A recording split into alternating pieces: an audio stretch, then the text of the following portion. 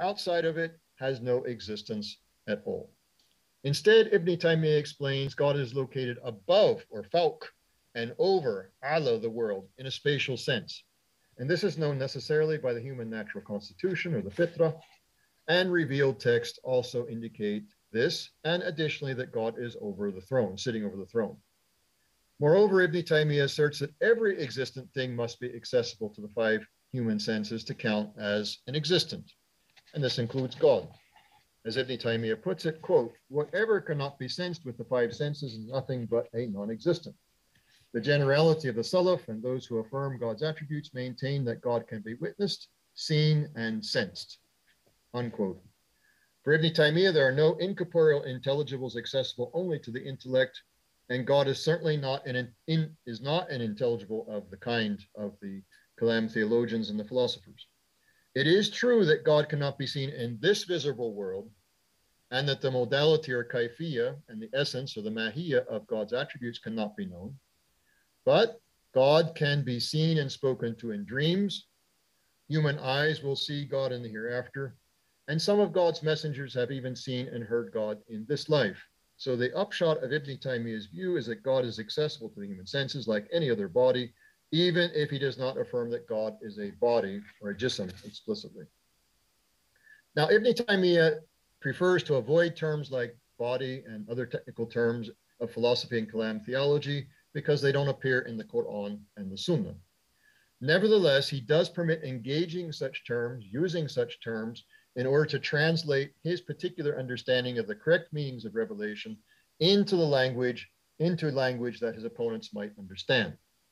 And he does this by analogy to the permission to translate the Quran into other languages when necessary. He allows Quranic translation, and he says, likewise, we can translate the meanings into the Kalam and philosophy technical language. So it's on this basis that Ibn Taymiyyah engages his opponents theologically on their own terms and justifies his refutation of Al-Razi's arguments for the incorporeality of God in Bayan Talbis al-Jahmiyyah. So we turn to four arguments now. First of all, I'm going to look at Al-Razi's argument and then Ibn Taymiyyah's responses.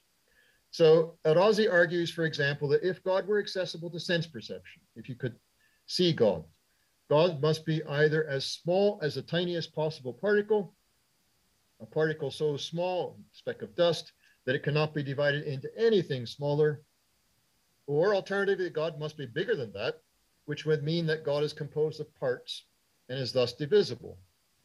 However, God is neither minute in size nor divisible, so it's not possible that God can be localized in space. God is obviously not an object of sense perception. God must therefore lie outside considerations of space, locality, or location and body.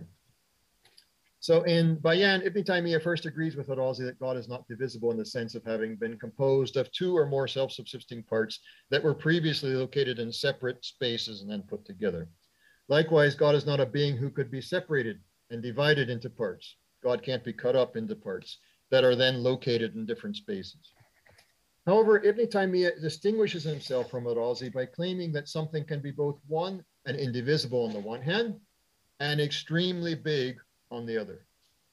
So God being a body or being an object extended spatially or being located above his throne does not necessarily imply that God is divisible in the sense of being separable into parts located in separate spaces.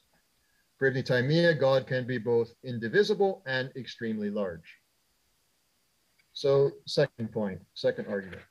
Al-Razi aims in another argument to locate God's self-sufficiency or to defend God's self-sufficiency.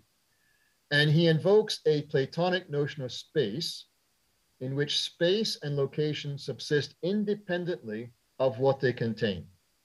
So God cannot be localized in a space and a location because such a God would need that space and that location to exist. Moreover, the space in which God resides would need to be eternal because God's eternal. All of this, according to Al-Razi, is simply absurd because God is self-sufficient, has no need of anything outside of himself. You can't have space being a huge, huge box, and you have God located within that. The box would have to be eternal, and it's just all nonsensical. So how's Ibn Taymiyyah respond to this? In Bayan, Ibn Taymiyyah denies that what Ar-Razi calls space and location have separate existences. For Ibn Taymiyyah, all things in the world are indeed in existing spaces. However, if the world as a whole is said to be in a space or a location, that space or location does not exist. If such a space or location did exist, it would count as part of the world. There is no location, space, or other existence above the world except God himself. Everything that exists apart from God is part of the world. Thus, God does not direct himself toward or away from anything else above the world. There's nothing with God above the world. There's no space above the world outside God that God could be said to occupy. And it cannot be said that there are multiple things existing above the world of which God happens to be one. So Ar-Razi and Ibn Taymiyyah put forth fundamentally different notions of space. For Ar-Razi, space is a self-subsisting container that exists independently of the objects located within it. If God were a body, God would need to occupy a portion of that space in order to find his location within it.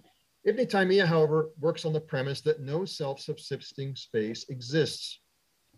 Now here, Ibn Taymiyyah is drawing on the philosopher Ibn Rushd, and particularly Ibn Rushd's Aristotelian notion of place, or space, or place here in particular in Ibn Rushd. The place of something is the inner surface of the body that contains it. Now, Ibn Taymiyyah knows Ibn Rushd's theological works well, and he quotes and discusses Kashf an Manahij al-Adilla at some length in Bayan Talbis al-Jahmiyah. And for Ibn Taymiyyah, space refers to the boundary of an object inside of which the object exists. It's not something big in which something exists. It's rather space is the boundary, the outside boundary of an object inside of which the object exists.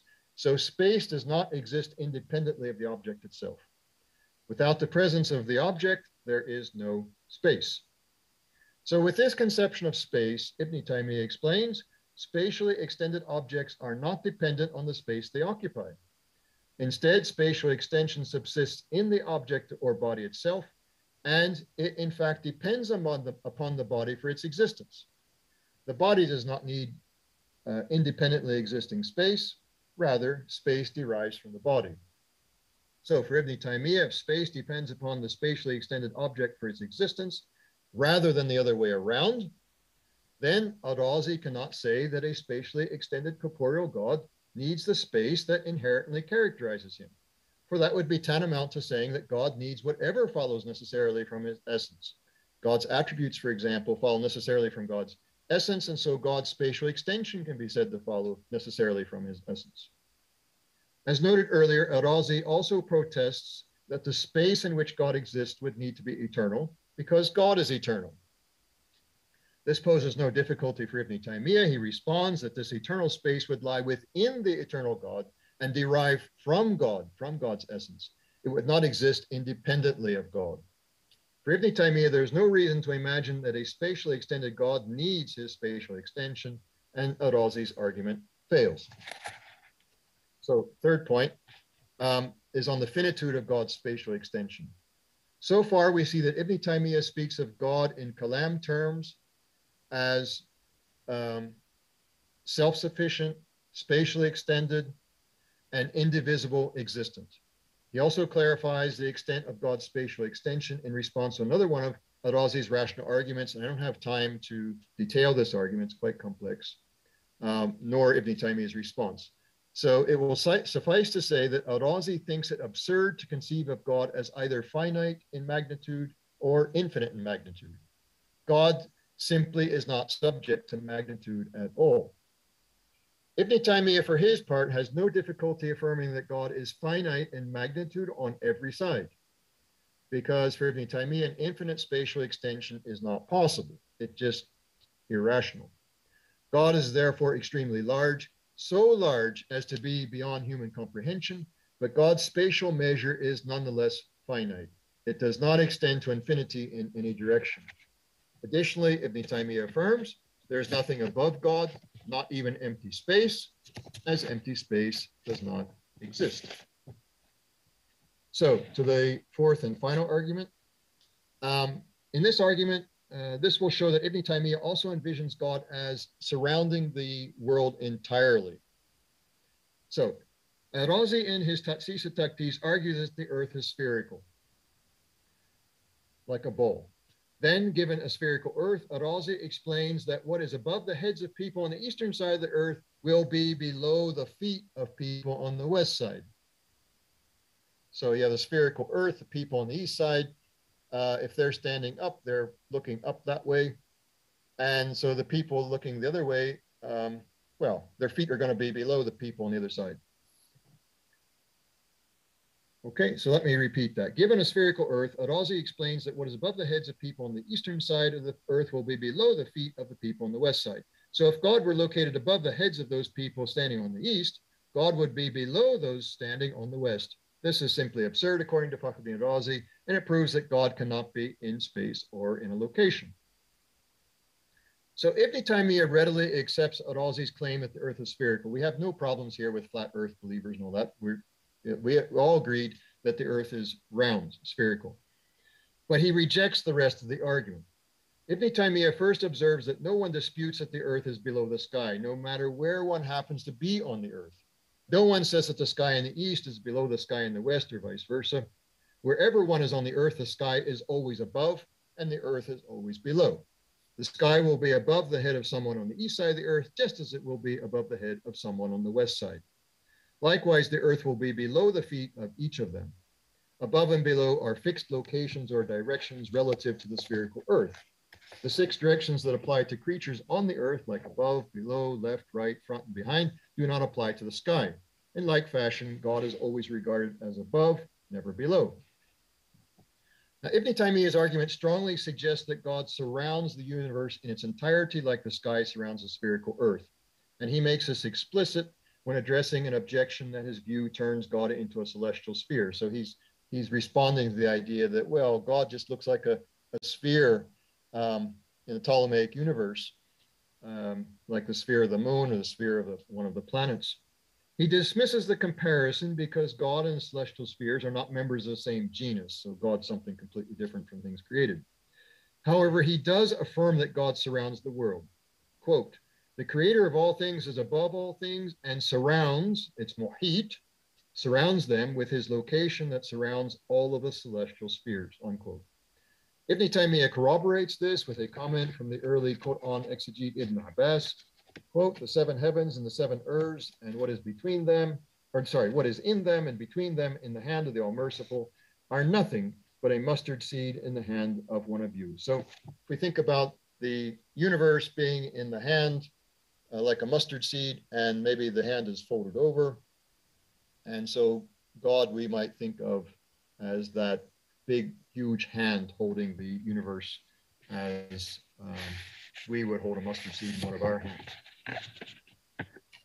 So to conclude, Ibn Taymiyyah's Bayan Talbis al-Jahmiyyah marks a new departure in his polemics against Ash'ari Kalam theology over against the earlier Hamawiyya fatwa.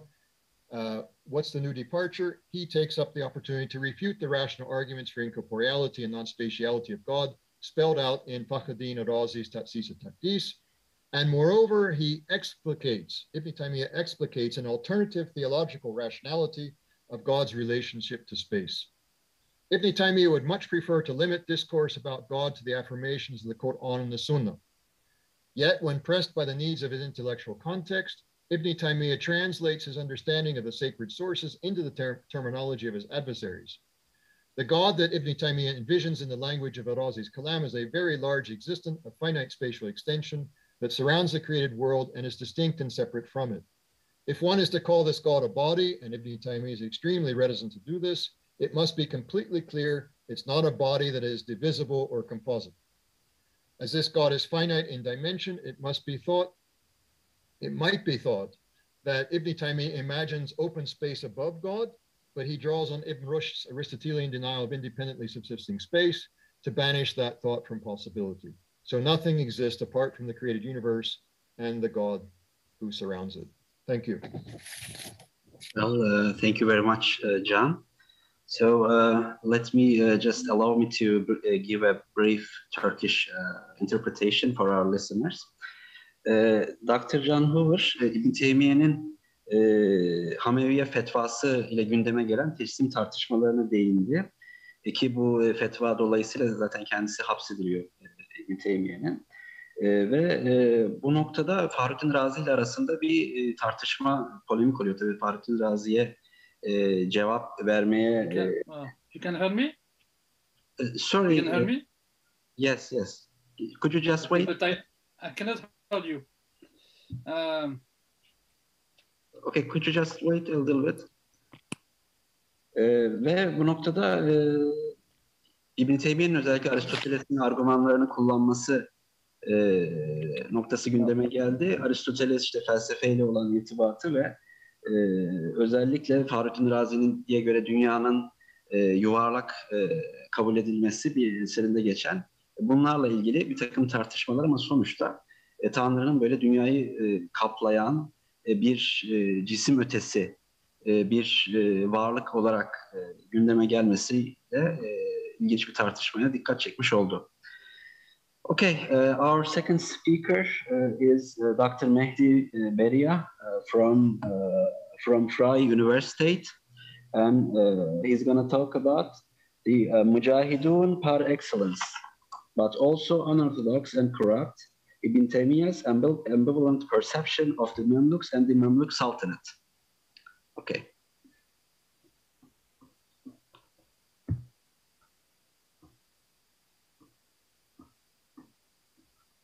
Can you hear me?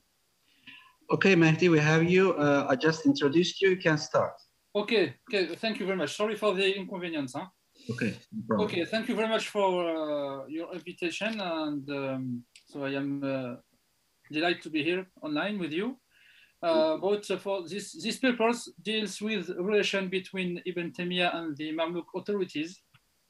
So I don't know if I can share my screen because I have. Okay, I think it's better like that.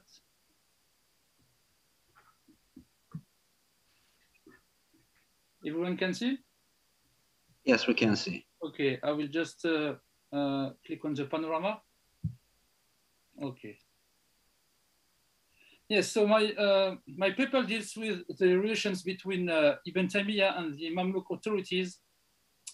Although he supported the Mamluks in their jihad, participated in many expeditions within the army, enjoyed a reputation as a great alim scholar, mujahid and pious Muslim during his time, Ibn Taymiyyah was repeatedly accused of disturbing public order and promoting deviant belief. Accusation which led to several stays in prison, where he died in the year 728 of the Hijrah and 1328. This situation therefore raises several questions, beginning with those about Ibn Taymiyyah's view of Mamluk power and the Mamluks. How did Ibn Taymiyyah perceive the Mamluk ruling class? Was his perception uniform, plural, or mixed? How was it expressed in his writings? What reasons can explain it? What does it show? By proposing to answer to this question, I argue in this paper that Ibn Taymiyyah's position vis-a-vis the Mamluk and the Mamluks, and the Mamluks in relation to religion and governance was ambivalent. And to give some element of response, I propose you to follow this following plan. So let's move to the first point.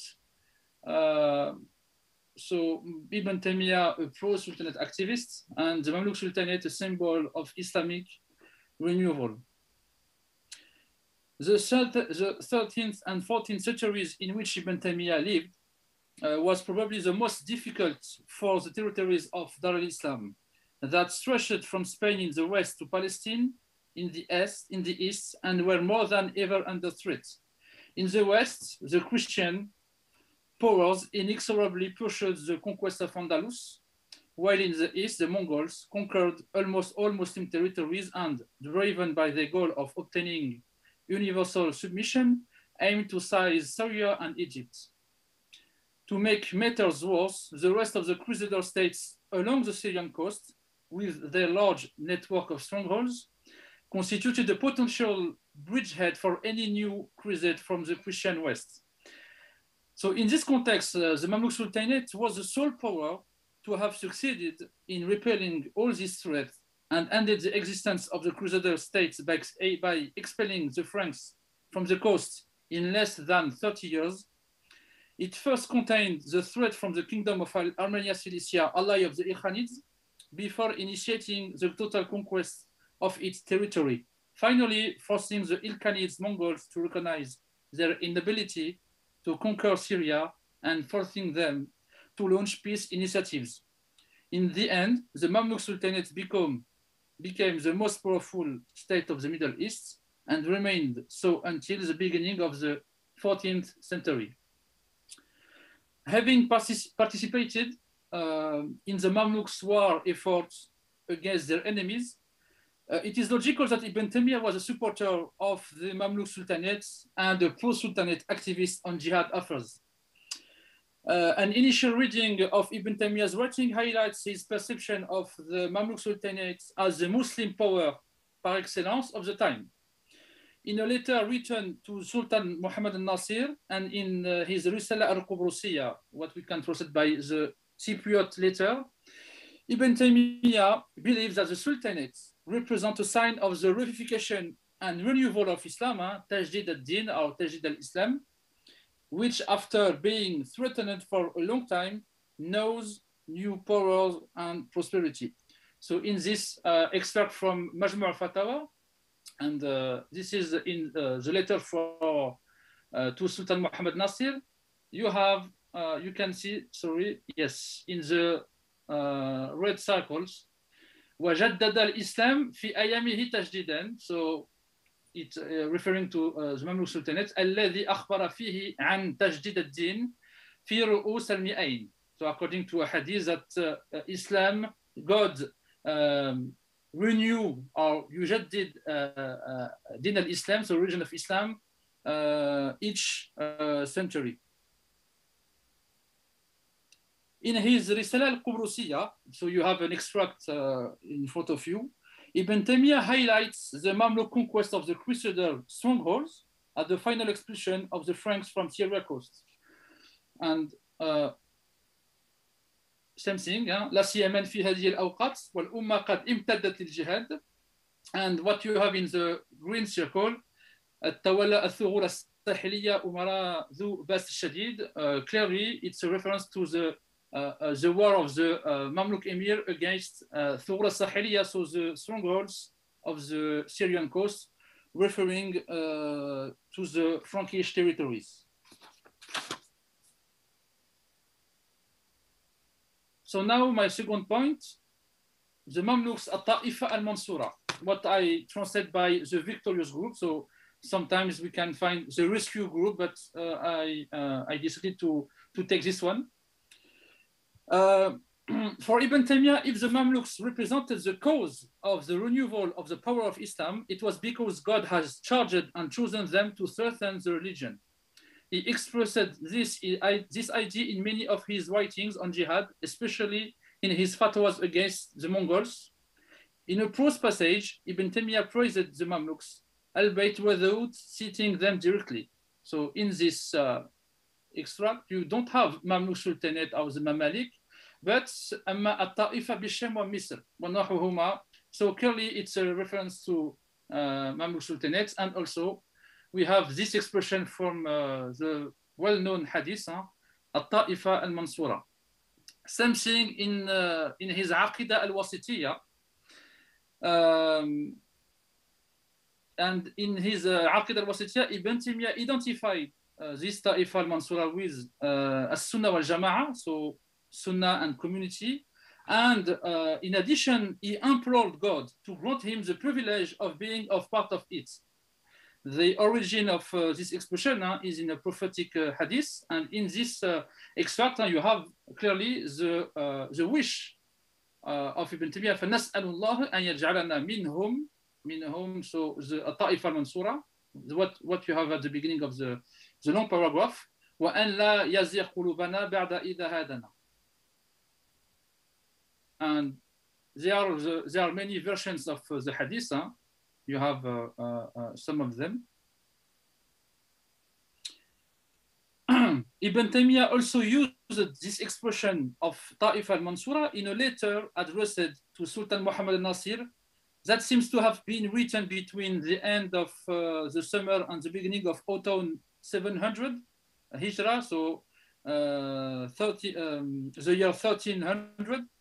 And this time was a delicate moment for the Mamluk Sultanates when the Mongol army was advancing towards Aleppo, and in the same time, the Mamluk army had turned back, thus leaving the people and garrison of Syria to their fates. So this جملة, this sentence is important. فهذه الفتنة قد تفرق الناس ثلاث فرق: الطائفة المنصورة وهم المجاهدون لهؤلاء القوم المفسدين. Sorry. And the fitna here, the word fitna refers to the episode of the first invasion by Ghazan and his Armenian allies, who, after the victory over the Mamluks at the Battle of Wadi al-Khazindar in December 1299, managed to occupy Syria for many months before the Mamluks returned to the region. Of the three groups mentioned in the passage, the first is At-Ta'ifa al-Mansura, so the victorious group, which refers to the Mamluks and those fighting alongside them against the corrupt people, al-Qawm al-Mufsidin, meaning the Mongol and the allies.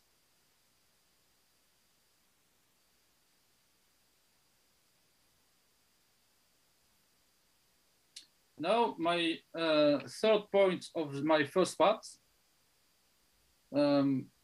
As the Ta'ifa al-Mansura, for Ibn Taymiyyah, the Mamluk Sultanate was the first Muslim power of the time. Clearly, in this extract from المجموع الفتاوى: ومن يدبر أحوال العالم في هذا الوقت يعلم أن هذه الطائفة, so the Mamluks, هي أقوم الطوائف بالدين الإسلام علما وعملا وجهادا عن شرق الأرض وغربها. But it was the Mamluk Sultanate's ability to fight and defeat the enemies of a region, both from outside and from within, which made it the first Muslim power for all Dar al-Islam. This passage that you have, a long passage, this passage reveals two,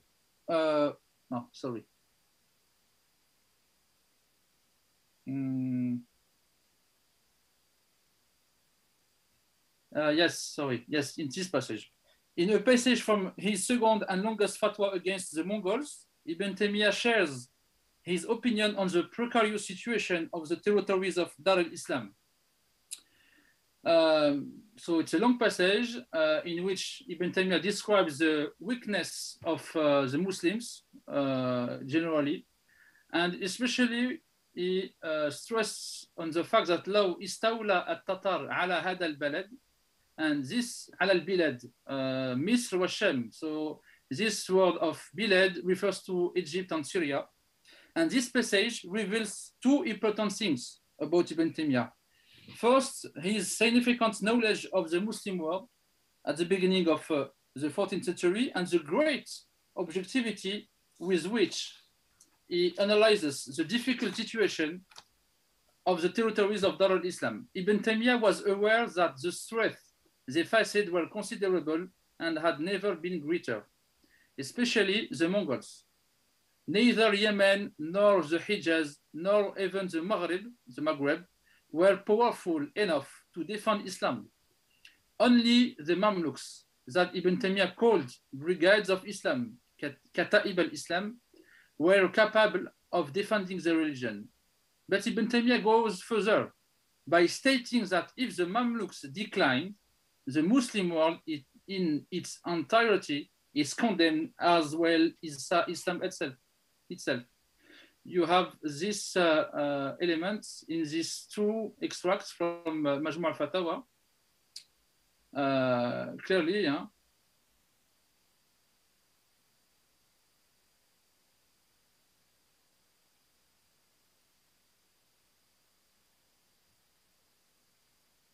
So فلو استولى عليهم التتار لم يبقى للإسلام عز. So if the Mongols managed to invade and to win against the Mamluk, لم يبقى للإسلام عز. It is clear.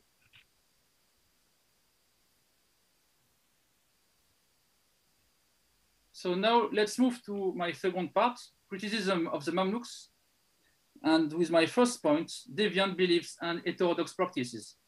Yes, in the eyes of Ibn Taymiyyah, the Mamluk Sultanate was the most powerful Muslim state and the only one able to lead the jihad against the enemies of Islam, since it was supported by God.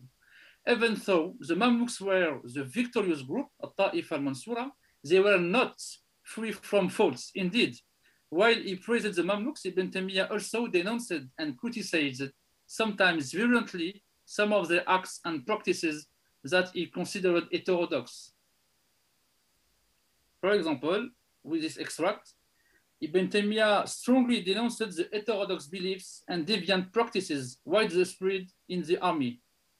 In this extract of Al-Qaeda fil Mahabba, Ibn Taymiyyah criticizes those, including soldiers and amirs, who pretend to follow their forefathers and in reality practice turpitudes, fawahish, forbidden by God and his prophets. So, wal umara wal ajnad.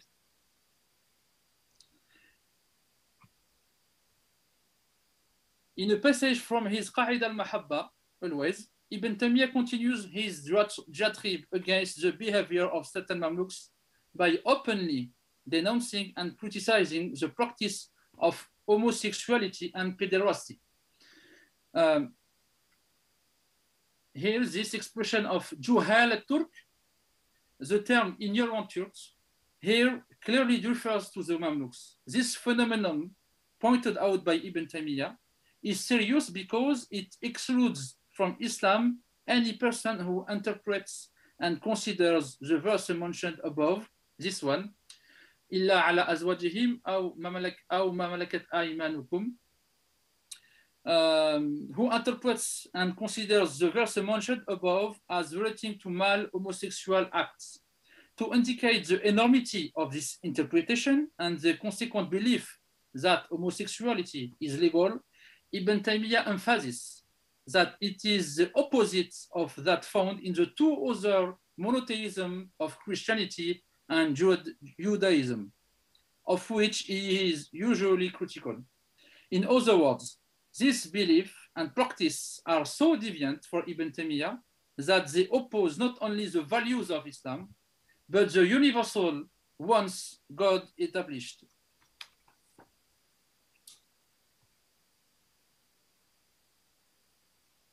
It is interesting because also Ibn Taymiyyah in other fatwas, he denounces a similar phenomenon in some Sufism trends.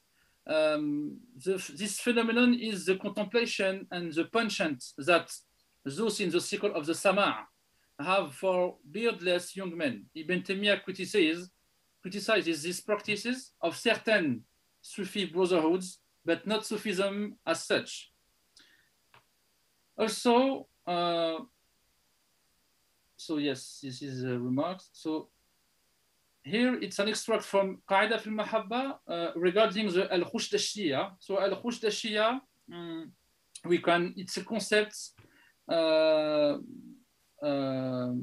yes, it's an Arabic, a Turkish concept who indicates that two Mamluks make a contract of, we can say, of solidarity, either for good or for bad. And for Ibn Taymiyyah, so Ibn Taymiyyah is very critic toward the Khushdashiyya. He considers that it is through this Mamluk companion pact, that the Mamluks infringe the most prohibition, probably among them homosexuality implicitly, because each Mamluk must support and help his companion, his Khusdash, even with what the Islamic law forbids. So, والسمية بالتركية خشتاش وغير ذلك وهو من قسم التحلف. So تحلف, meaning of contract of or alliance. My last point of my second part, injustice and corruption of the Mamluk authorities. The most serious corruption for the Hanbali scholar was when a legal sentence, what we call in Arabic hadd, was cancelled because of the social status of the convicted person or in return for a sum of money. Power is inherently contaminated and contaminating. And to illustrate this, Ibn Taymiyyah recounts an example of corruption, which he may have witnessed, or at least about which he had been told. This example is ألا ترى الأعراب المفسدين إذا أخذوا مالا لبعض الناس ثم جاءوا إلى ولي الأمر فقادوا إليه خيلا يقدمونها له أو غير ذلك. So this is a clear example of corruption according to Ibn Taymiyyah. And the question is, did Ibn Taymiyyah was witnessed this event, or just he heard from it? For Ibn Taymiyyah, this practice of corruption, this practice of corruption represented the greatest cause of facade corruption among Bedouins, Turkmens, Kurds, and people in the countryside, as well as among the amirs and commanders of the army. While it is known that Bedouins, Turkmen, and Kurdish tribes at the time were engaged in robbery, Ibn Taymiyyah explains that corrupt soldiers of the Mamluk army and some of their commanders, as you can see in this sentence, last sentence, also participated in this action. And clearly we have the two words, muqaddimihim, so muqaddim, commander, and jundihim. To conclude, an examination of Ibn Taymiyyah's writings reveals that he held a mixed opinion of the Mamluk Sultanate and the Mamluk ruling class. Although Ibn Taymiyyah considered the Mamluks to be God's chosen ones to protect Islam, which was more than ever threatened in the 13th and 14th century. He also viewed them as those referred to by the prophetic hadith on At-Ta'ifa al-Mansura, the victorious group. On the other hand, he points to some of the heterodox and anti-Islamic practices, as well as to the corruption and injustice of the amirs, enjoining Muslims in these later cases to be patient, because rebellion against power leads to civil war, the fitna, the worst thing for Muslims according to Ibn Taymiyyah. Today, we find the argument of obedience to power, in Arabic, ta'at al-hukam, in debates on the legitimacy of some of the political power in Muslim countries. Read and taken in a literal way, this argument is a leitmotif often put forward by some groups claiming Salafiyya to counter any protest movement or call for the overthrow of these powers due to practices that are serious and contrary to that of their conception of Sunni orthodoxy. If we recognize here the idea of Ibn Taymiyyah, it is difficult to compare its context of that of today. This is a case of what we can call an analogical decontextualization of Ibn Taymiyyah's fatwa. In summary, the Mamluks were the Jund of Allah, so the soldiers of God, and Katibat al-Islam, the brigade of Islam, but also suffered from moral turpitudes in the eyes of Ibn Taymiyyah. However, in the 13th and 14th century, the priority was to fight the enemies of Islam, to protect Muslims, and to ensure the observance of Sharia. The Mamluks attained the former objective through military exploits against the Mongols, the Franks, and Armenians, and the latter by working closely with the ulama, who were the sole holders of religious knowledge and capable of setting standards. Although Ibn Taymiyyah has ambivalent relation with the Mamluks government, the cooperation between the ulama and Mamluks was a fundamental principle of his political thought. Finally, the writings of Ibn Taymiyyah are valuable sources on the Sultanate and the Mamluks, since they offer the perspective of a theologian, and his testimony provides important insights into the Mamluks' exercise of power and religious practice. We learn more about the personality of Ibn Taymiyyah, both as an observer and witness of his time, along with his critique of the practices of any social class, even the powerful, that failed to respect his conception of Sunni orthodoxy. Thank you for your attention. Well, we thank you, Mehdi, for bringing forward for this very interesting material. Thank you very much. Doktor Beria'nın sunumunda özellikle İbn Teymiye'nin Memlük sultanları ile ilişkisi üzerine bahsetti.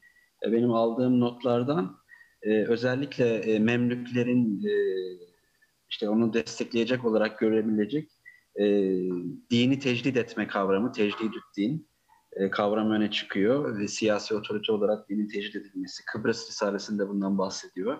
Taife-i Mansura olarak bahsedilmesi. Bunlar pro-saltanat dediğimiz şeyler olarak ortaya çıkıyor. Ve Şam'da ve Mısır'da asabe kavramından bahsetti. Bir de tabii karşı şey olarak da, yani bir eleştiri olarak da Cuhal-ı Türk, the ignorance of the Turks, or something like that kavramı ve hoştaşiye kavramından bahsetti. Bunlarda da İbn Teymiye'nin oldukça ilginç fetvalarından somut deliller ortaya koymuş oldu. So our third speaker is Dr. Richard McGregor from Vanderbilt University, and he's going to talk about ambiguous ancestors, the challenge of Sufi affiliations for intellectual history of the Mamluk period. Okay.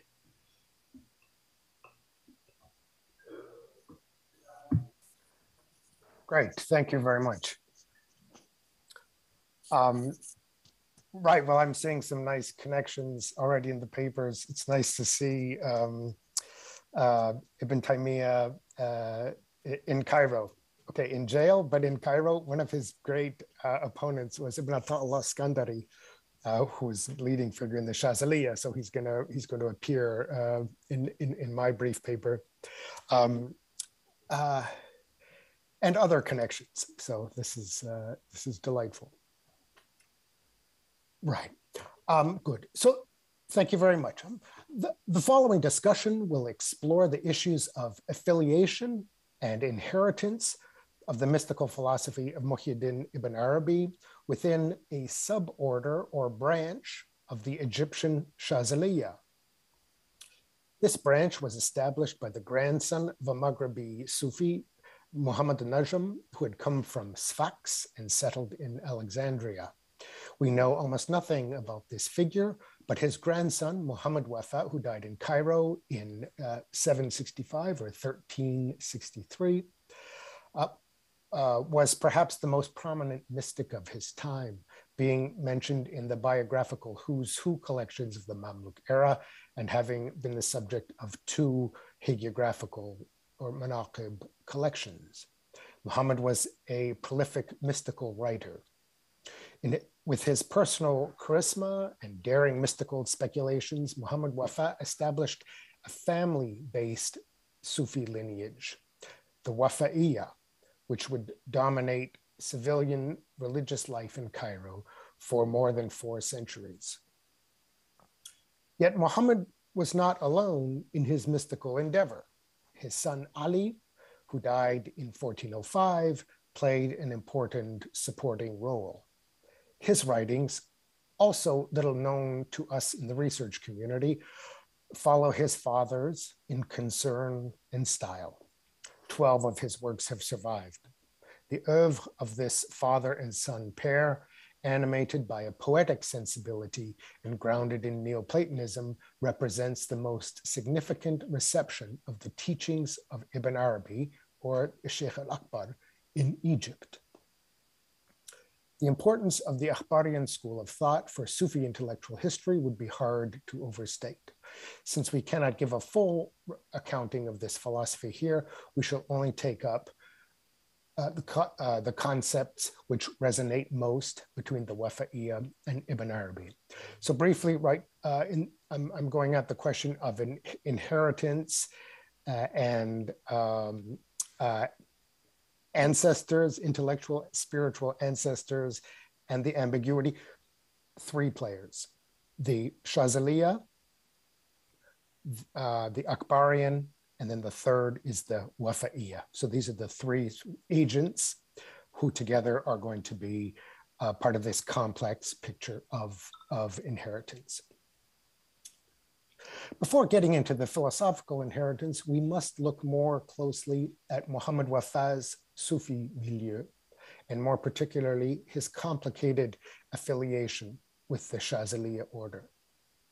His sheikh had been Ibn Bakhila, who died in 1332, a prominent leader among the early Shazaliya, and who in turn had been the student of Ibn Ata'Allah Skandari. Not surprisingly, Ibn Ata'Allah had had contact with the writings of Ibn Arabi. In his Lata'if al-Minan, Ibn Ata'Allah offers at least two quotations directly from Ibn Arabi. It is interesting to note that both Ibn Ata'Allah and Ibn Arabi composed commentaries on the mystical poem Meladha Leish by Abu Madyan. Although from the history of these small texts, we cannot be sure that Ibn Ata'Allah had ever seen Ibn Arabi's commentary, or if their association in the work was that largely of editors, and it's a small takhmis work. Yet, even before Ibn Ata'Allah's time, the Akbarian school was not unknown among the Shazaliya. We have a historical notice that Ash-Shazali himself was familiar with one Abul Ilm Yasin, who is identified as a disciple, direct disciple of Ibn Arabi. More interesting though is the account of a meeting between Ash-Shazali and Sadruddin Kunawi, a well-known student and commentator of Ibn Arabi. The encounter is described thus, quote, when the Sheikh Sadruddin Kunawi came to Egypt as an envoy, he met with Sheikh Abul Hasan al-Shazali. He, al-Kunawi, spoke in the presence of Ash-Shazali on many sciences. The Sheikh Shazali waited with his head bowed for al-Kunawi to finish. Then he raised his head and asked, "Tell me where the pole, Qutb of the age, is today, and who is the sincere companion, and what things does he know?" To this, al-Kunawi was silent and offered no answer, as reported in the Lata'if al-Minan. Unquote. Unfortunately, Ibn Ata'Allah provides no further commentary on this story. The late Paul Nuya understood this account as a rejection by Ash-Shazali of the authority of Ibn Arabi. This understanding, however, assumes that al-Kunawi had been forced to silently concede that the pole of the age is Ash-Shazali and not Ibn Arabi. Yet, it must be noted that Ibn Arabi did not claim for himself the office of Qutb or pole. Further, the timing of this encounter, which must have taken place after al-Kunawi's second visit to Egypt, 1243, is evidence against this being a debate over the pole identity at all. Ibn Arabi would at that point have already been dead for 2 years and thus would no longer have been a candidate for that office. On the doctrinal side, the influence of Ibn Arabi on the teachings of the early Shazaliya was slight. The writings of Ibn Ata'Allah, in particular the first part of his Lata'if al-Minan, where he elaborates a number of philosophical Sufi concepts, do not fall clearly within the Akbarian realm. Although Ibn Ata'Allah does on occasion cross paths with Ibn Arabi, for example, in distinguishing universal existence from conditional existence, an existence-centered or wujud worldview is not a central concept behind his elaborations. Nor does he follow the Sheikh al-Akbar's teachings regarding the seal of the saints, or Khatam al-Awliya. I go into this elsewhere. He does talk about Khatam a lot, but in a rather different fashion. There was and is an Akbarian school, but I suggest, albeit in a more narrow sense, that Ibn Ata'Allah is not actually in that school. However, this was not the case for Muhammad Wafa and his son Ali. As we shall see, despite their association with the Shazaliya, they fully embraced the Akbarian worldview and even made their own contributions to it. Muhammad Wafa's relationship to the Shazaliya was at once essential and yet impermanent. Although his silsila goes back through Ibn Bakhila to Ibn al-Iskandari and the Shazali, at some point in his life, Muhammad Wafa decided to abandon that affiliation. In his Manaqib, the point is made quite clearly that the inspired wisdom of Muhammad Wafa is not to be contained within the Shazaliya. We read one story in the Al-Minna al-Ilahiyya of Ibn al-Iskandari visiting the infant Muhammad Wafa. In view of Ibn al-Allah's death date, this encounter could have been possible since Muhammad was 7 years old at the Sheikh's death. Abu Latif tells us that, quote, when Sidi Kabir, yani Muhammad Wafa, was born, Tajuddin ibn Allah came with a number of companions to his home to visit him. And when he saw the swaddling baby, he kissed him and said to his friends, "This one has come into the world with the signs of our spiritual realities." Unquote. The claim is also made that Muhammad himself is also made by Muhammad himself, that although he was schooled in the mystical sciences by Ibn Allah's student, Dawood ibn Bakhila, he had since eclipsed that tradition and set out on his own way. He says, quote, "We were directed first by Dawood, but now this connection with him is broken, as it is with all others." It bears repeating that the Wafat writers were not systematic commentators on the Akbarian tradition. In fact, they seem to have never mentioned the name Ibn Arabi. Nevertheless, even the most cursory glance at the works of Muhammad and Ali Wafa will note the style and vocabulary which can only be described as Akbarian. I say only, that's my take, which would clearly. The Wafas assume their readers, the Wafa'iyat writers assume that their readers are perfectly at home with the technical terms, cosmologies, and hermeneutics of Ibn Arabi. The closest reference, however, to Ibn Arabi's person comes from the Wafa hagiographer Abu Latif, who identifies Muhammad Wafa as, quote, "the seal of the saints," as described by the author of the Anka Mughrib. That is Ibn Arabi, right? He's there, but he is not named. If we look more closely at the writings of Muhammad and Ali Wafa, their debt to the Sheikh al-Akbar becomes quite clear. An overview of a few mystical concepts will make this clear. The first is Ibn Arabi's exposition of the oneness of God in relation to the plurality of creation. His position on this, thanks to his later followers, of course, came to be called the oneness of being. This doctrine posited first the absolute being, quote, "For nothing exists other than God, his attributes and his acts. Everything is him, is through him, proceeds from him, returns to him. And were he to veil himself from the universe for even the space of the blink of an eye, the universe would straight away cease to exist." Unquote from Risalat al-Anwar. To this is added the idea of God's self-disclosure, their key concept, tajalli, thus providing a mode of existence with apparent independence. This self-disclosure must occur through his names and attributes, since absolute being is beyond creation's ability to comprehend. Ibn Arabi writes, God does not disclose himself in the name one, and there cannot be self-disclosure within it, nor in the name God, but self-disclosure does occur in the other names that are known to us. Unquote.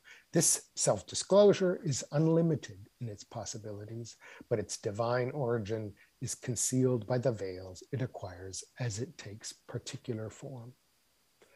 Only by spiritual insight can any of these existential veils be lifted. Ibn Arabi's teachings on this subject are rather elaborate, but this is the basic outline of what we may call the doctrine of Wahdat al-Wujud. In light of this explanation, we shall turn our attention now to Muhammad Wafa in order to situate him within the discussion of the nature of the divine and created existence. There is no shortage of passages in which this oneness is referred to. We read, for example, the essential existence, al-wujud al-zat, is God, the encompassing, since it is the existence of all existence. It is the divine name God, since it is described by the encompassing attributes. Through the connections of wisdom, its name is Allah, i.e. the God. Importantly, Muhammad Wafa usually follows comments on the absolute being of God with descriptions of this being's particularization. Both of these are present in the language just cited. Mention is made first of the encompassing nature of God's existence, but this is immediately followed by particularization. The point is that Muhammad Wafa at once upholds the concept of a single absolute existence, but also emphasizes the dynamic relative existence of particular entities derived from that absolute. The vehicle for the particularization of this absolute existence, according to both Muhammad Wafa and Ibn Arabi, is the dynamic of self-disclosure, tajalli. Muhammad Wafa's Sha'air al-Irfan describes this process as part of the divine aspect of encompassing. The encompassing, ihata, is multiplication of the one by, he says, by self-disclosure into various forms, like water as it thickens with cold, unquote. These self-manifestations take place through a complex process. Muhammad Wafa describes necessary existence as the sustainer of the divine attributes, but adds, quote, this existence self-discloses upon levels of possibility according to the preparedness, istidad, of each level. Preparedness is the reality of prime matter, hayulaniya, which subsists in the essence of the possible. This reality is divinely derived rather than directly created. The reality of this derivation is the preparation of prime matter for the accepting of form. This form, the result of existence reaching preparedness, is directly created. The reality of its preparedness is the acceptance of the self-disclosure, tajalli, of the necessary, unquote. That's Muhammad Wafa. It sounds like Ibn Arabi a lot, but it's directly Muhammad Wafa. Thus, the result of self-disclosure, moving things from the possible into the necessary, is determined by the particular abilities of the various levels of prime matter to accept self-disclosure of necessary being. This ability is essential to possible prime matter. In other words, it is not as such part of the process of divine self-disclosure. The result of the preparedness receiving the self-disclosure is the form. What results from this reception is, quote, direct creation, a moving into existence according to a form, which itself was determined by the simply derived, that is possible, preparedness. A more detailed presentation of the Wafa and Akbarian teachings on existence and divine self-disclosure would reveal many, many more parallels between the two. So a clear inheritance, a clear affiliation. Another place we see clearly the influence of Ibn Arabi on the Wafa'iyya discussions is in the topic of walaya. For example, the Akbarian proposal in the Fusus al-Hikam of two parallel hierarchies within the Prophet, reversing the order of Nubuwa, Risala, Walaya, which so infuriated Ibn Taymiyyah, are duly echoed by the Wafas. In the latter, that is the Wafa'iyya, a two-sided model is presented, with the distinction being made between exoteric walaya and esoteric walaya, or an internal or an external form of walaya. Again, sanctity, mission, and prophecy are to be found in reverse priority. Muhammad Wafa tells us that, quote, walaya has an interior and an exterior. Its external is the enabling of the servant to befriend God, to obey his command and his prescriptions, and to follow his wish. Prophethood is above the level, the daraja of walaya, and risala is above this. God selects the prophets for information about and acquaintance with the things of the unseen and that which is unveiled of the malakut. Also, God has helped the messengers by the descent of the Holy Spirit and the aid in wisdom and power to call people to God, and the evidentiary miracles, mu'jizat, and the external proofs, etc. But as for walaya batina, or the internal walaya, it is that by which God befriends his servant in his essence, in the servant's essence, and informs the servant about himself concerning the hidden of his names and his capital attributes.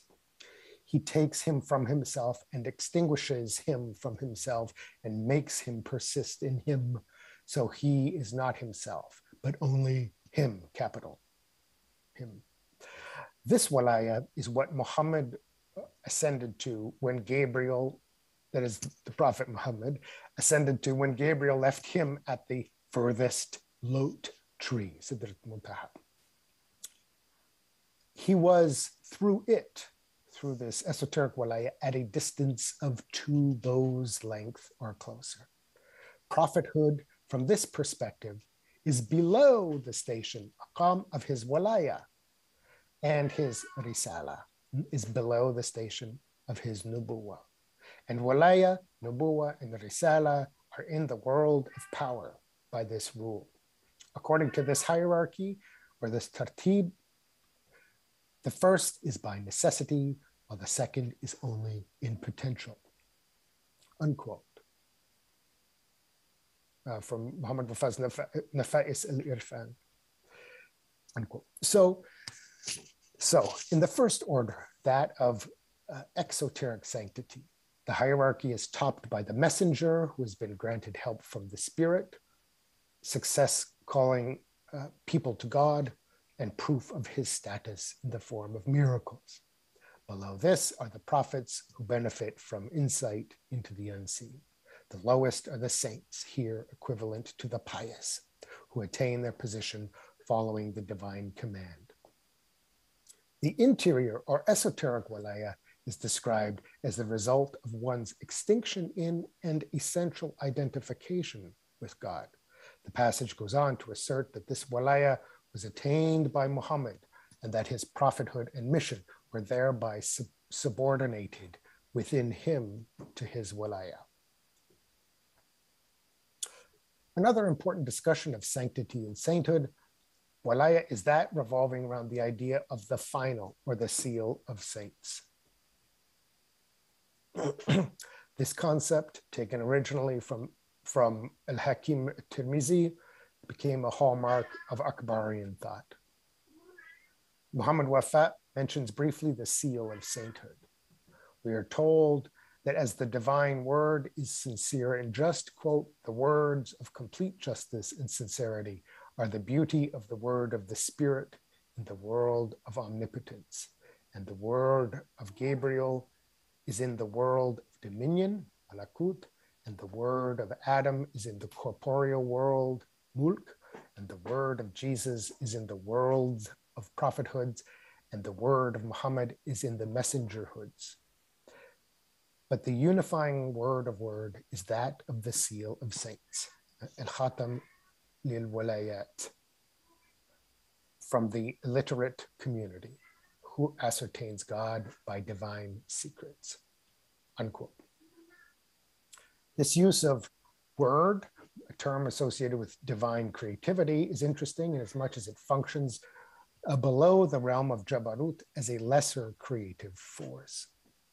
Particularly notable in the passage is first mention of Muhammad as informing Risala, yet in the next passage pointing to a different figure as the union of this and all worlds.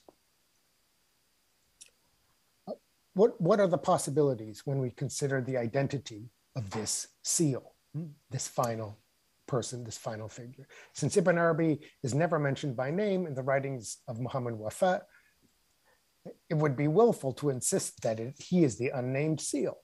In any case, discussions elsewhere will point very clearly to Muhammad Wafa himself as this figure. Of particular significance in the mystical thought of Muhammad Wafa is his innovative elaboration of the theme of the Khatam al-Awliya. In brief, Muhammad Wafa adds the idea of tajdeed, or the cyclical renewer of the age, to the idea of the seal of sainthoods. I'm not going to run through the passages here, but let me just skip down, running through the cycles, running through the levels of sainthood. Sainthood will be sealed. And he brings in the idea of the mujaddid. Likewise, the men dispatched at the start of each century, who are the abodes of the Muhammadan announcements. The master of the 8th time, says Muhammad Wafa, is the seal of the age and the source of total union, the abode of the great announcement, which is called the Basmalah. In this passage, the Prophet Muhammad is the contemplation of prophethood, but further down the chain are the renewers, who are the abodes of the Muhammadan announcements. They clearly function as the great saints. The final and 8th master is the seal, who is identified as the abode of the great announcement. Elsewhere, Muhammad Wafa repeats the association of the seal with the word, but specifies that the seal is living in the 8th century. So here comes some apocalyptic language about cycles and seals and the end of the world and the end of sainthood. This wonderful coincidence that there was an eclipse shortly before his own birth. And so the universe is reflecting his claims of being the final saint, and this idea of the cycles, right? The centenary cycles. So they all add up for him. The year 702 is Muhammad Wafa's birth. Okay, by way of conclusion, let me just make a couple of observations. Although, right, so the ambiguity of the inheritance, or right, we want to push the history of Sufism and these intellectual networks, right? These intellectual sort of roadmaps, especially this early period, important period of the 13th century, 14th century for Sufism, religious life, the Mamluk period, right? I mean, it sets up Sufism, the structures of Sufism for the next, 400 or 500 years, right? It becomes, when we look in, when we get down into the details, right, it becomes a much more complicated picture than simply, say, following Sha'rani, who says, well, the Wafa'iyya are Shazalis. Well, we see the Wafa'iyya saying we're not Shazalis. They are and they aren't, right? And even the early Shazaliya, as we've seen, are not hermetically sealed off from the Akbarian tradition themselves. So this picture, right, thus the Akbarian inheritance present in the Shazaliya is ambiguous, and at the same time, we must say the same for the Shazali and Akbarian inheritance within the Wafa'iyya. Thank you very much. Well, thank you very much, Richard. A picture of the Mamluk period without mentioning the Ibn Arabi's name and all the connections, it's incomplete. So it's very interesting to see how these relations, mystical relations, together, especially if we consider the Ibn Taymiyyah and Ibn Arabi, as you know better than me. So I particularly just want to mention a little bit point, particularly studied on the figure named Abdurrahman Bistami. He was also the author of the Al-Fawaih al-Miskiyya fi al-Fawatih al-Makkiyya. Was very active in Ottoman and in Mamluks together. He's very acute follower, let's say, of the Ibn Arabi. So many things going on if you consider all these connections, Ibn Taymiyyah and his students, and Tasawwuf is one of the central points, it appears. Well, so thank you very much. Evet, Doktor MacGregor'un şeyinde birkaç şeyi toparlamak gerekirse Muhyiddin Arabi'nin etkisinden bahsetti. Tabii Mısır coğrafyasında Şaziliye tarikatını özellikle göz önüne aldığımız zaman 3 tarikat öne çıktı. Şazililer, Ekberiler ve Vefailer. Vefailerin İbn Ataullah el-İskenderi, ki bizim coğrafyamızda da çok iyi bilinen bir metin. Onunla ilişkisinden bahsetti. Özellikle Osmanlı ile irtibat açısından Konevi'nin Mısır ziyareti. Konevi's visit to Egypt.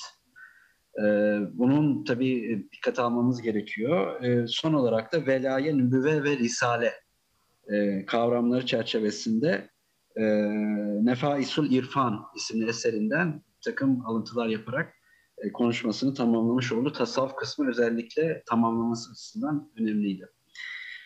So to complete the picture, for all these wonderful conversations together, so as a last one, we have Dr. Miriam Ovadia from the Bar Ilan University.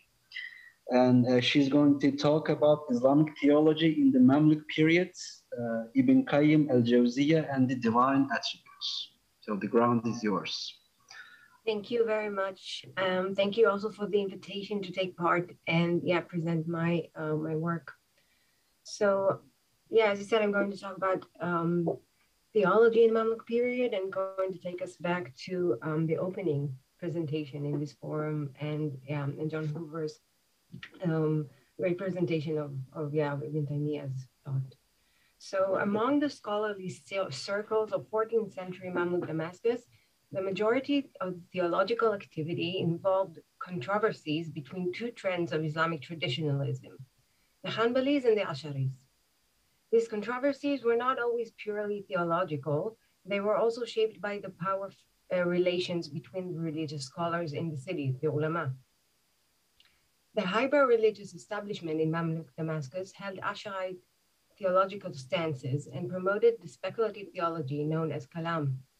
The elitist Ash'arites were the ones to set the norms of the religious discourse as they followed the philosophical theology of the later Ash'arite scholar Fakhruddin al-Razi. In this scholarly setting, the renowned Ibn Taymiyyah and his devoted disciple Ibn Qayyim al-Jawziyya advocated a unique version of Hanbalism while openly denouncing the hegemonic Ash'ari theology. Both the master and his disciple confronted the most powerful among, I'm sorry, what? Okay, that wasn't me.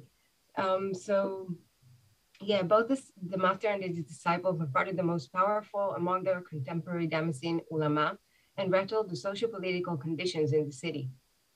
Whereas Ibn Taymiyyah's theology is the focus of numerous studies, Western research on the thought of Ibn Qayyim al-Jawziyya, who popularized and spread his master's teachings, has gained considerable momentum only in the past few decades. This paper concentrates on the theological thought of Ibn Qayyim al-Jawziyya in his work entitled Sawa'iq al-Mursala al-Jahmiyya wal-Mu'attila, and in English, they unleashed thunderbolts directed against the heretics and the deniers of the divine attributes. In this massive work, Ibn al-Qayyim strove to refute the Ash'arite accusations of corporalism, tajsim, and anthropomorphism, tashbih, which were made against the traditionalistic understanding of particularly challenging divine attributes, Sifatullah, in the Quran and the Hadith literature. Relying on the scholastic model of Ibn Taymiyyah, Ibn al-Qayyim based his theology on the writings of his traditionalist predecessors, known as Ahl Sunnah wal Hadith. Ibn al-Qayyim responded the speculative theology of the Ash'arites in sophisticated writing that systemized his mentor's theological views. Ibn al-Qayyim's constant engagement with the Damascene milieu, its educated elite and lay people alike, taught him the necessity of expanding the boundaries of the theological discussion beyond the borders of the standard traditionalistic discourse. Deliberating the theological issue of divine attributes, Ibn al-Qayyim was prepared to go beyond the simplistic bila kaifa formula, which means affirming the attributes, but without asking how they realize, namely understanding them literally while delegating their ontic meaning to God. Adhering to Ibn Taymiyyah's approach, Ibn al-Qayyim offered elaborate answers to the questions of the educated non-scholarly elite about theological issues that stimulated the imagination. Ibn al-Qayyim's theology therefore represents his contribution to a new form of Islamic traditionalism that does not hesitate to profess its credo in the rationalistic language of the Kalam.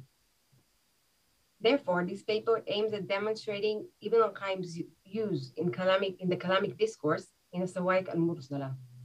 The first part of this paper presents the text of the Sawa'iq, and the second part focuses on selected high points of Ibn al-Qayyim's discussions in his work.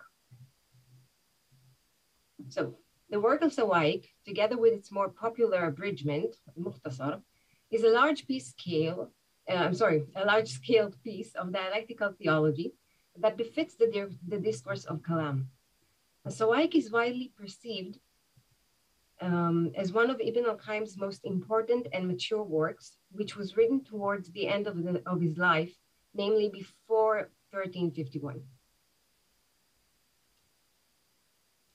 The work's title originates in verse 13, Surah 13 in the Quran. He, meaning God, sends thunderbolts to strike whoever he will. Yet still they dispute about God. He has mighty plans. In referring to this verse, Ibn al-Qayyim discloses the fury that motivated and accompanied his writing. In the work's title, Ibn al-Qayyim also condemns his ideological rivals with specific derogatory labels. The group referred to as the Mu'attila is the ultra-rationalistic Mu'tazilis who deny the reality of divine attributes in Nafi and practice ta'til, namely stripping God from his attributes. The second group that Ibn al-Qayyim targets with the derogatory label Jamia is the Ash'arite, who are often described in loathing in Ibn al-Qayyim's writing. These groups applied figurative interpretation, ta'wil, on the divine attributes in the Quran and the Hadith, and saw them as metaphors, majazat. In Ibn al-Qayyim's opinion, metaphorical interpretation of divine attributes distorts the original meaning of the texts that are sacred to Islam. In a Sawa'iq, Ibn al-Qayyim articulates radical criticism, which is originated in the Taymiyyah teachings, against the Mu'tazili and Ash'ari approaches to the issues of divine attributes and anthropomorphic expressions. Ibn al-Qayyim's prime objective in his work is to disprove four fundamentals of the rationalistic epistemological views and hermeneutical techniques which were commonly applied in theological debates. Ibn al-Qayyim designates these four fundamentals with the Arabic word tawarit, and the singular form is tarut. The Quranic meaning of this word is false idols. However, according to Ibn al-Qayyim's terminology in other works, he understands this word as a false and destructive principle, conviction, or a way of thinking that leads to heresy.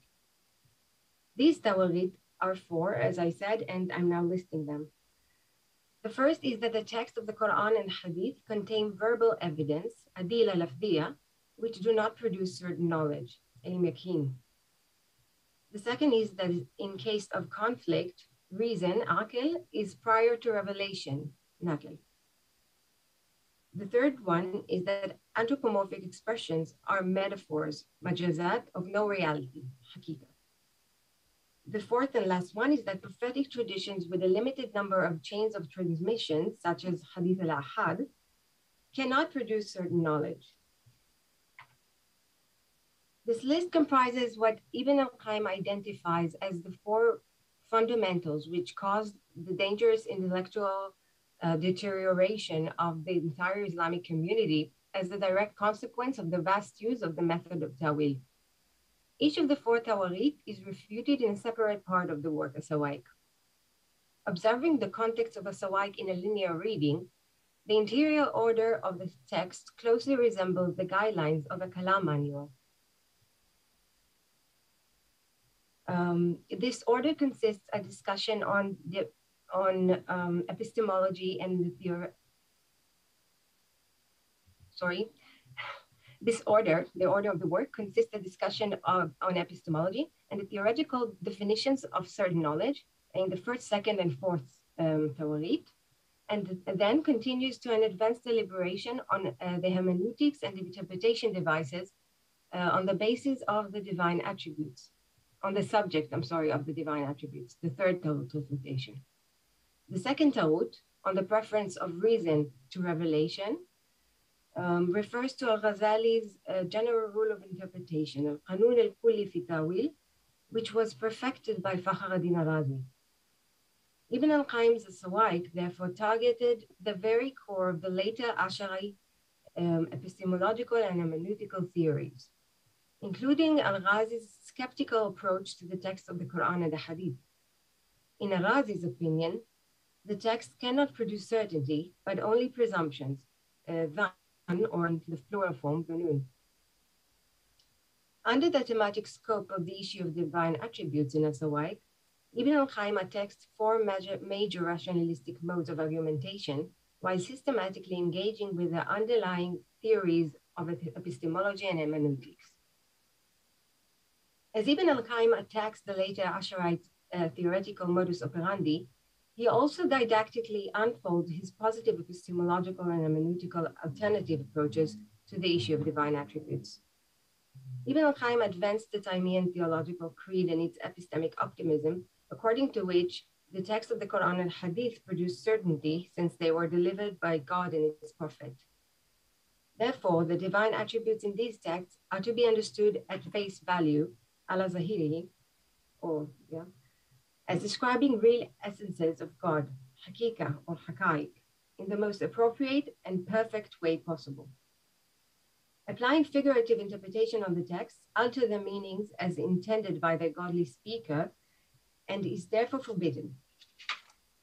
Ibn al-Qayyim adopts the Taymiyyah basic analysis, according to which the division of the language into hakika, that is literal meaning, and majaz, as in non-literal interpreted meaning, is alien to the ancient and authentic science of Arabic grammar. In Ibn al-Qayyim's view, the majaz is a hermeneutical device that the Mu'tazilis invented in order to interpret divine attributes that implied God's corporeality. The Ash'ari theologians, who were willing to incorporate rationalistic methods in their teachings, adopted the device of majaz of the Mu'tazilis. One of Ibn al-Qayyim's more general aims throughout his work as As-Sawaik was to revalidate the epistemic status of the Hadith literature when dealing with theological issues and with the divine attribute in particular. Ibn al-Qayyim offers a tradition-based epistemic solution as he positively emphasizes the certitude produced by the Hadith literature. In As-Sawaik's fourth refutation, Ibn al-Qayyim addresses the case of prophetic traditions with a limited number of chains of transmissions, as I said before, Hadith al-Ahad or Hadar al-Wahid. A category in which many traditions on the divine attributes were classified, that is the corpus of the Hadith al-Sifat. This type of traditions was mostly regarded as much inferior to the tradition classified as mutawatir, as in massively transmitted, or manshur, namely well-known or widely distributed. So yeah, they were much inferior to those two in their epistemic value and the kind of knowledge they might produce in legal rulings and theological discussions. Albeit, Ibn al-Qayyim considers the entire corpus of hadith of the traditions of divine attributes as indicative evidence, dalail, since they comply with the stories in the Quran, Qisas al-Quran, and preserve the Prophet's expression and intended meanings. Therefore, hadith al-sifat necessarily produce certain and beneficial knowledge. Like his mentor, Ibn al-Qayyim accuses the Mu'tazilis of avoiding the use of traditions of a limited number of transmitters in the theology, deceptively thinking that this secures them against error.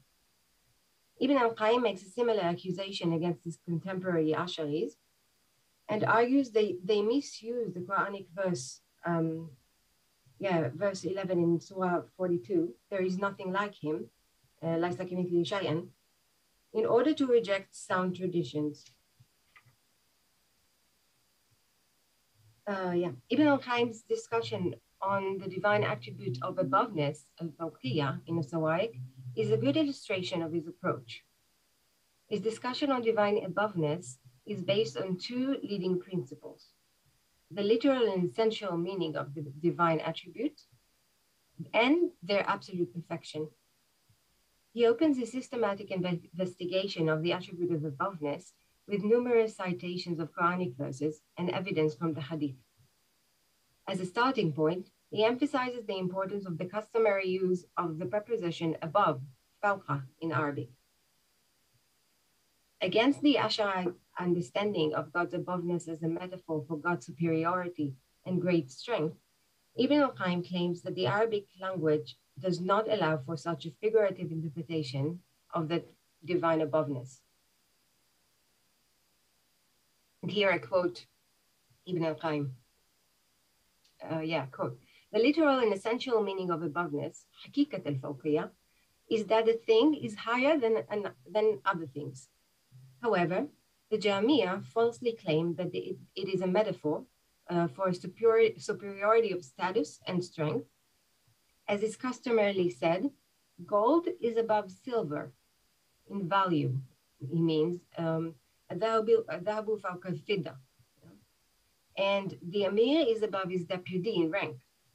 وَالْأَمِيرُ فَوْقَ نَائِبِهِ. Even if it were true with regard to God, denying the essentiality of his aboveness and forcing an interpretation according to the majaz on the word, fawqiyya, is wrong.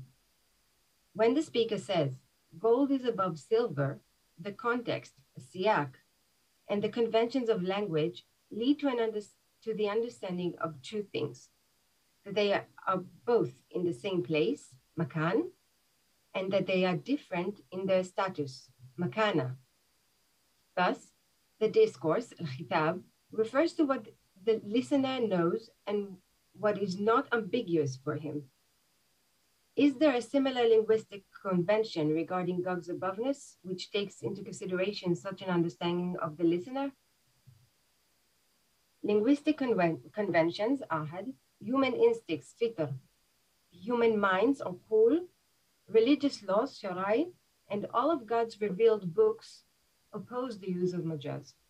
God himself, he uses the expression bidatihi, by his own essence, is above the world. The discourse about his aboveness emanates from what is firmly established in the human instincts, the human minds, and the books of Revelation. End quote. The linguistic convention according to which the word fawqa, above, is a preposition in Arabic provides a basic argument that allows Ibn al-Qayyim to invalidate the rationalistic argument for a figurative understanding of God's aboveness. Thereafter, Ibn al-Qayyim's speculative argumentation about the perfection of divine aboveness runs as follows. God's aboveness is one of his attributes of perfection, sifat kamal. As the creator of all beings, God is the most perfect essence.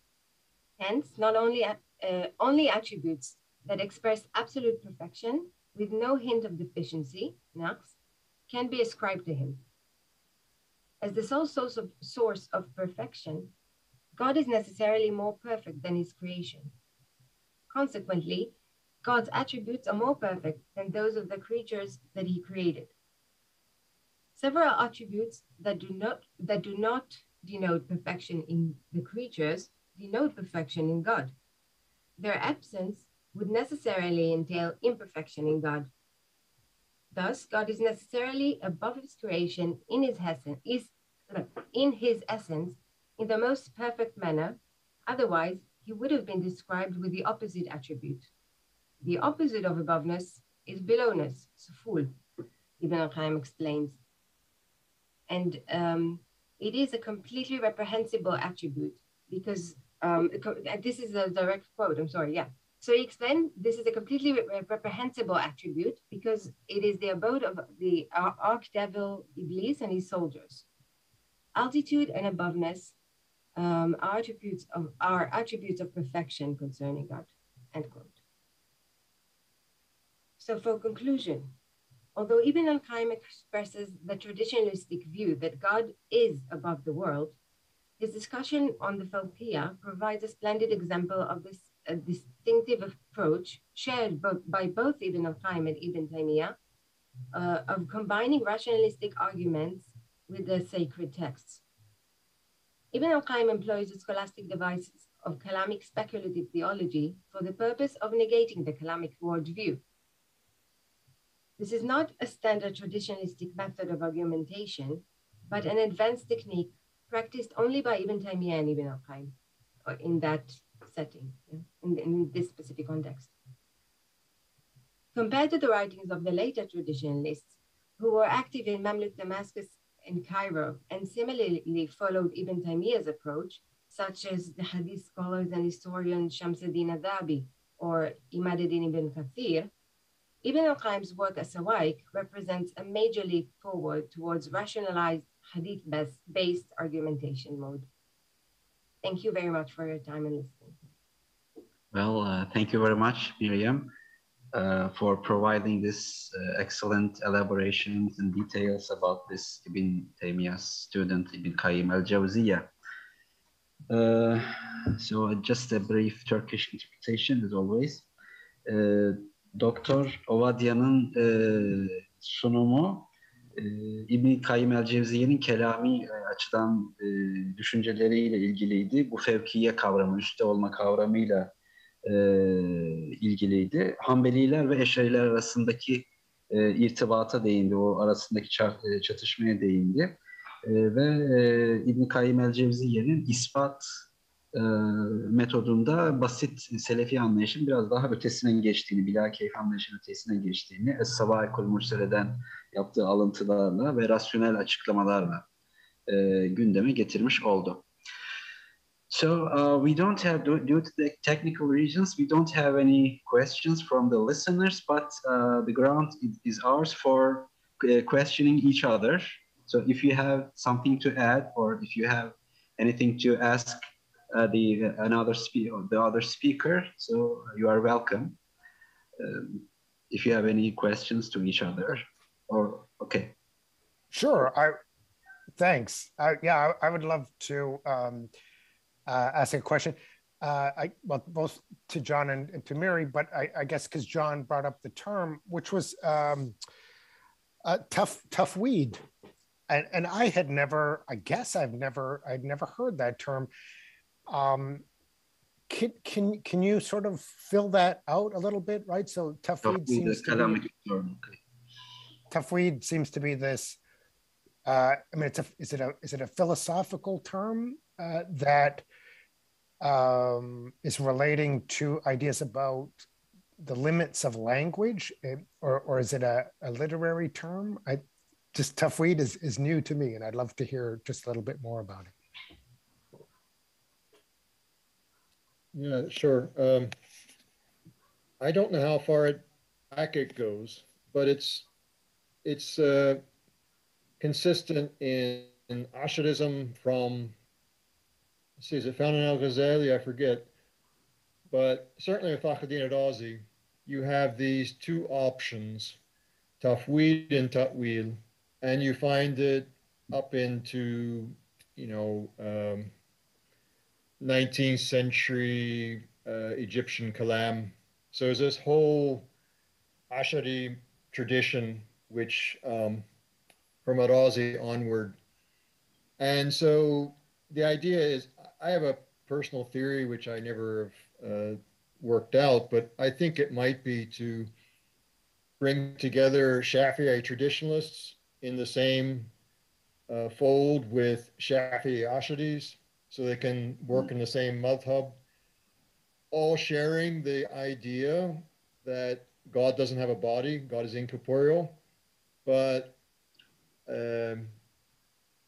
Arazi and his ilk will want to say, well, we have to then go on and say, if God's sitting, that makes us think about things we shouldn't be thinking about, corporeality, anthropomorphism, so we need to reinterpret it. Whereas others might say, well, no, that's going a bit too far, we don't really know, so we simply delegate the meaning to God. Delegation perhaps is not the best translation, but it's a sense of just stopping to think about the meaning, because we don't really know.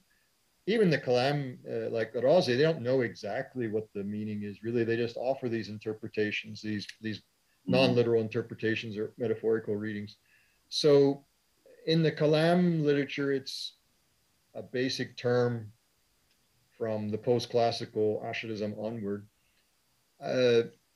I've seen somewhere recently, somebody tried to push it the whole way back to Ash'ari himself, or somewhere like al-Baqillani, but I haven't seen that in the text, so I'm still a tad skeptical that it goes back that far. Maybe others have different views on the matter. If I get it correctly, so philosophical Ash'arism, so we are dividing a philosophical Ash'arism and then a kind of traditional Ash'arism, so to speak. That's my working theory. Interesting. To keep the Shafi'i madhab, like you have a Dhahabi together. Mentioned, Miriam mentioned, and there's other Shafis who really aren't into Kalam at all. Really? Interesting. Yeah, so they're traditionalists. Yeah, go ahead, Miriam. If you can give sorry, it, I didn't mean to interrupt. If you can give us a name. Yes, the names, I just mentioned two examples. It was Imaduddin Nadabi, Shamsuddin Nadabi, and Imaduddin ibn Kathir. Another perhaps relevant figure would be Ibn Rajab, a disciple of Ibn I'm very sorry, can we call them Ash'aris rather than Salafis? Or Salafis? No, they were Ibn Taymiyyah's followers, to the best of my knowledge. Yeah, they followed Ibn Taymiyyah's, even though but not in the literary style. Yeah, not in the rationalized discourse, but yeah. But if I can push that out a little bit more. If you take someone like a Dhahabi, he's not going to develop a rationalist discourse. But there's another guy named Safiuddin al-Hindi who debated Ibn Taymiyyah at one of his debates in Damascus. He was a Damascene Ash'ari. And he takes this position of tafweed. So he has a Kalam manual, which has all the arguments against God's corporeality, but he doesn't do tafweed. He simply says we need to fawwid, we need to delegate the meaning to God as to what the real meaning of these various corporeal attributes are. So the difference between a Dhahabi and Safiuddin al-Hindi, there's not the Kalam argumentation. I mean, my suggestion that you have Shafi'i traditionalists in the same madhab with the Ash'ari, or the Shafis have the two wings. I mean, Maqdisi talked about this, and Maqdisi's ideas have been set aside quite a bit, but there's a question still how the Shafi'i madhab kept its members together. And I'm hypothesizing, and I've not done any work on it, that these two options perhaps kept them on in the same madhab, contented, you might say. Whereas Ibn Taymiyyah is coming along and saying the tafweed just doesn't work because it presupposes God's incorporeality. It presupposes God's incorporeality.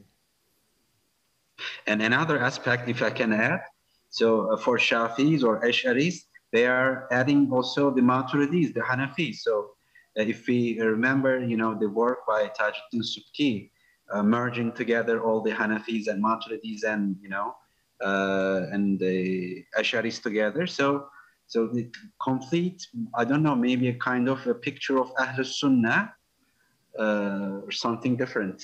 But Ibn Taymiyyah also calls himself Ahl Sunnah. Interesting. Okay. So another. So thank you very much. I would like to thank you very much for all this wonderful opportunity. Okay, please, John. I had a question for Richard McGregor, if I may. No, please. I wondered, I mean, to me, the whole Akbarian heritage, Muhammad al-Wafat and Ali picking that up is not too surprising.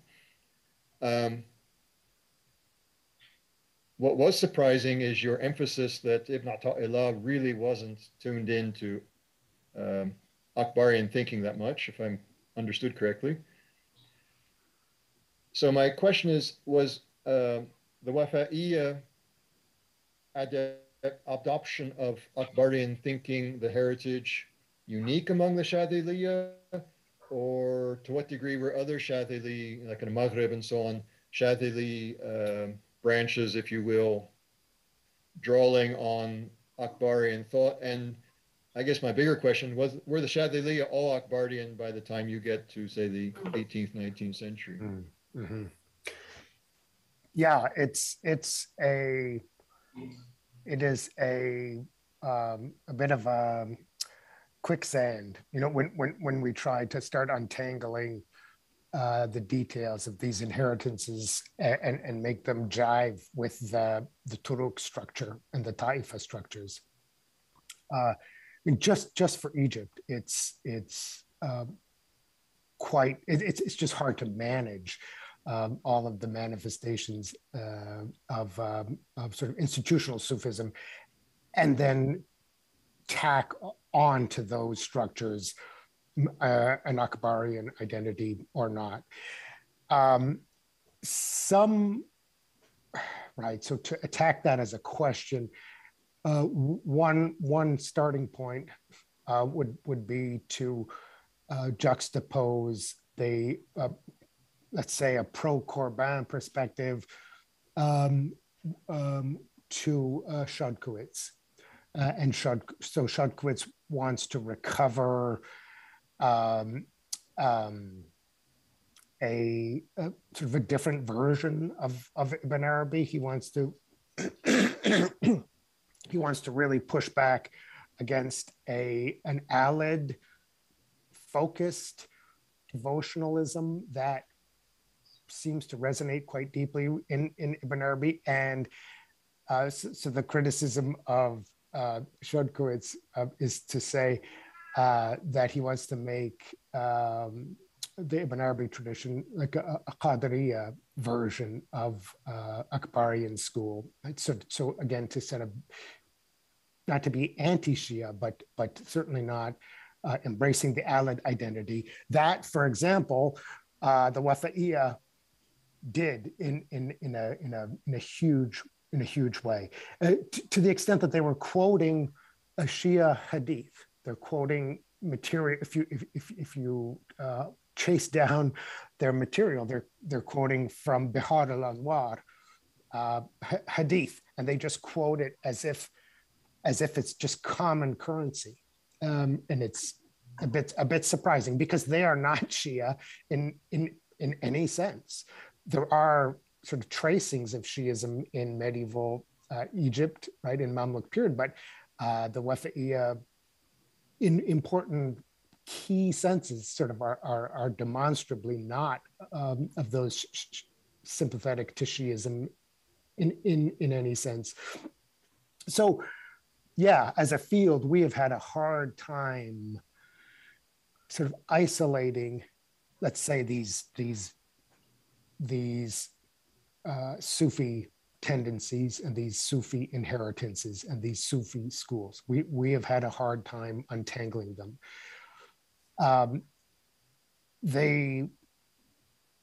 Right. I think it's fair to say it's pretty clear that the Wafa'iyya were the most significant inheritors and interpreters of Ibn Arabi in Egypt. Come into the 19th century, there are shifts in Sufism. There's a shift in sort of public discourse around Sufism, and Sufism starts to respond to a lot of that criticism, and the fate of, let's say, Wafa, Egyptian Akbarianism, goes down dramatically to the extent that into the 20th century, it no longer exists as an active school. It was a family lineage at the same time that happened to end in 1908. But it, as a branch of the sort of world history of Akbarianism in all of its diversity, rose dramatically in Mamluk Egypt, was very strong and very prominent throughout the Ottoman period, and then clearly declined. Did not disappear. There's been a funny revival, actually, of the Wafa'iyya texts in the last 20 years in Egypt. And I have not, and I don't know that I haven't tracked down that information. And that, let's say that latest contemporary chapter of this complicated history of an Egyptian Akbarian tradition. Okay, perfect. Thank you very much again for this wonderful evening, intellectual evening. So I hope to see you in the future, face-to-face maybe. And the video will stay on the YouTube, and you can check anytime on Isamer's webpage. You can ask the organizers for further questions. Okay. So thank you very much, and have a nice time. Great. Thanks very much. Thank you for the invitation again. Bye. Mhm.